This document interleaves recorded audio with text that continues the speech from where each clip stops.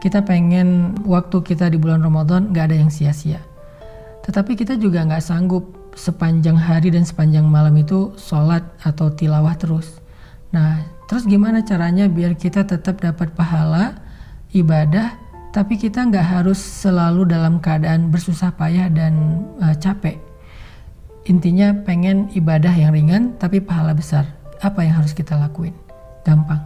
Ada banyak banget di dalam hadis Nabi tentang ibadah yang ringan tapi nilai pahalanya besar. Salah satunya kata Nabi, kalimatan khafifatan 'alal lisan, saqilatan fil mizan, habibatan ilar rahman.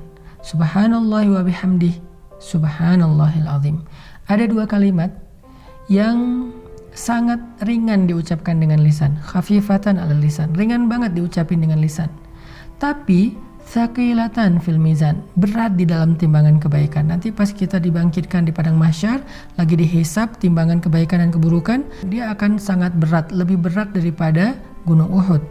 Habibatan ila rahman, dan Allah suka banget dengan kalimat ini. Coba bayangin, ringan diucapin, berat timbangan kebaikannya, dan Allah suka banget dengan ucapan tersebut. Kalimat apa sih? Kalimatnya subhanallahi wa bihamdih, subhanallahil azim. Kira-kira berapa detik untuk mengucapkan kalimat ini? Coba saya hitung. Subhanallahi wa bihamdih, subhanallahil azim. Kurang lebih 5 detik. Tapi pahalanya gede banget. Allah suka banget dengan kalimat itu. Maka yuk, kalau kita lagi capek di bulan Ramadan, lagi haus, lagi lapar, lagi lemes, lagi ngantuk, ya udah ucapin sekali aja, nggak usah banyak-banyak. Subhanallahi wa bihamdih, subhanallahil azim. Itu pahalanya udah gede banget. Pahalanya udah dahsyat banget. Gak usah sampai beberapa kali, sekali doang. Apalagi kalau bisa misalnya 3 kali, 5 kali, 10 kali, udah gitu santai. Itu pahalanya luar biasa. Itu termasuk diantara ibadah ringan tapi berpahala besar. Terus apa lagi Ustadz? Ibadah ringan, pahala besar.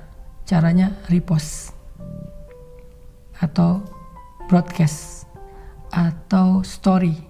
Gimana maksudnya? Kalau kita dapat sebuah konten yang baik, kayak sekarang kita lagi ada program booster untuk menjelang berbuka puasa kayak gini, teman-teman tinggal ngajak yang lain. Misalnya, ini ada booster Ustadz Hanan nih di channel ini, bagus nih, yuk ikutin. Kita tinggal ngajak doang. Ngajaknya bisa dengan kita kopas, bisa dengan kita story link, bisa dengan kita BC, broadcast.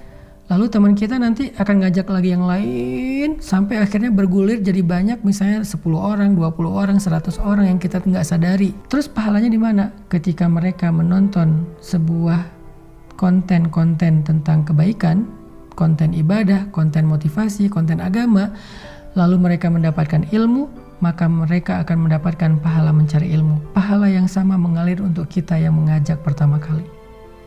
Lalu mereka mengamalkan, mereka dapat pahala amal. Pahala yang sama ngalir untuk kita yang mengajak mereka pertama kali. Mereka bukan hanya ngamalin sendiri, mereka ngajak temannya. Maka temannya juga mendapatkan pahala mencari ilmu, mengamalkan, mengajak, mencari ilmu, mengamalkan, mengajak. Pahala mereka semuanya diakumulasi mengalir kepada kita. Padahal kita cuma ngajak 1 orang atau 1 kali, cuma broadcast doang.